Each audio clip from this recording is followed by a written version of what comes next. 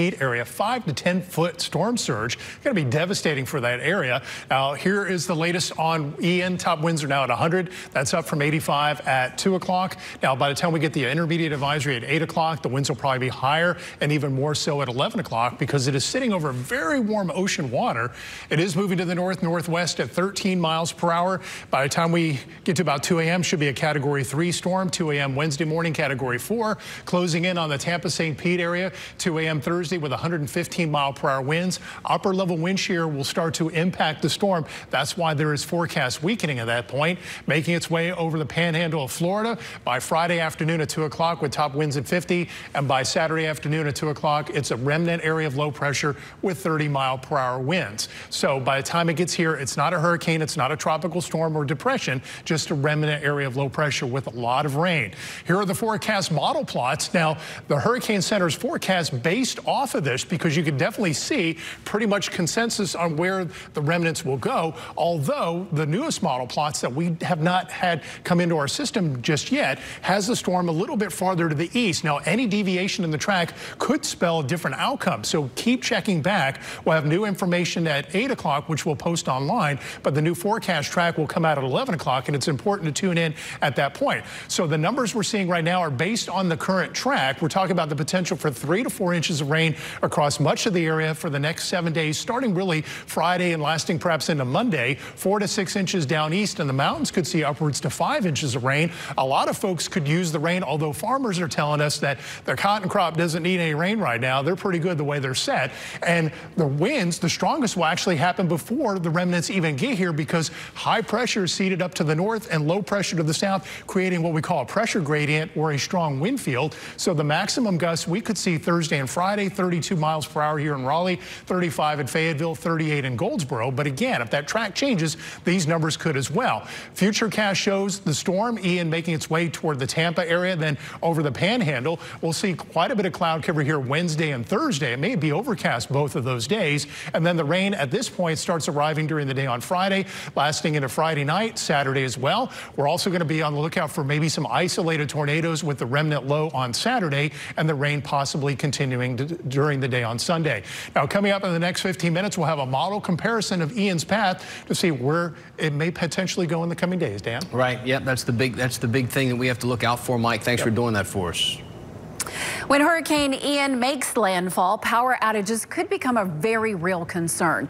Florida and the Carolinas are certainly all in the coverage area for Duke Energy and could be in the storm's path as well. WRAL's Durham reporter Sarah Kruger spoke with the company about how they're preparing for the big demand on their staff.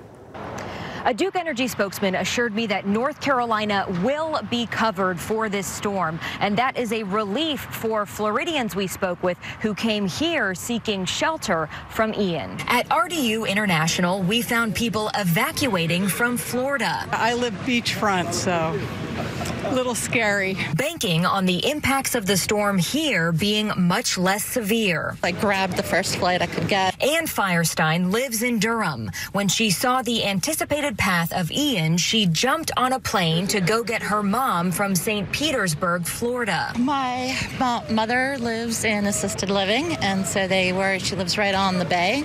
They're getting ready to evacuate, and they're going to have to go in about 2 hours east. There's a lot of eyes on Florida in our company right now. Duke Energy spokesman Jeff Brooks says the company is preparing for a big demand for its workers because not only does Duke serve North Carolina, but South Carolina and Florida as well, all in Ian's path. We have to make sure that we're protecting our service area here. We would not release crews from the Carolinas until we were certain that our areas are not going to be impacted. Our first priority is always the local community. Brooks says if needed, Duke can call on its crews in other parts of the country not in the storm's path.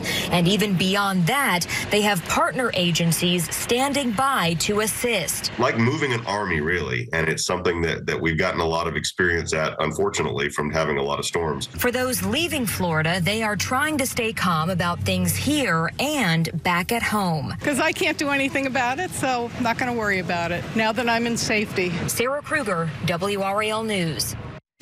I'm Mark Boyle in the WRAL Live Center. Let's talk about what's going on down in Florida right now. This is a live look outside for you. This is in downtown Tampa.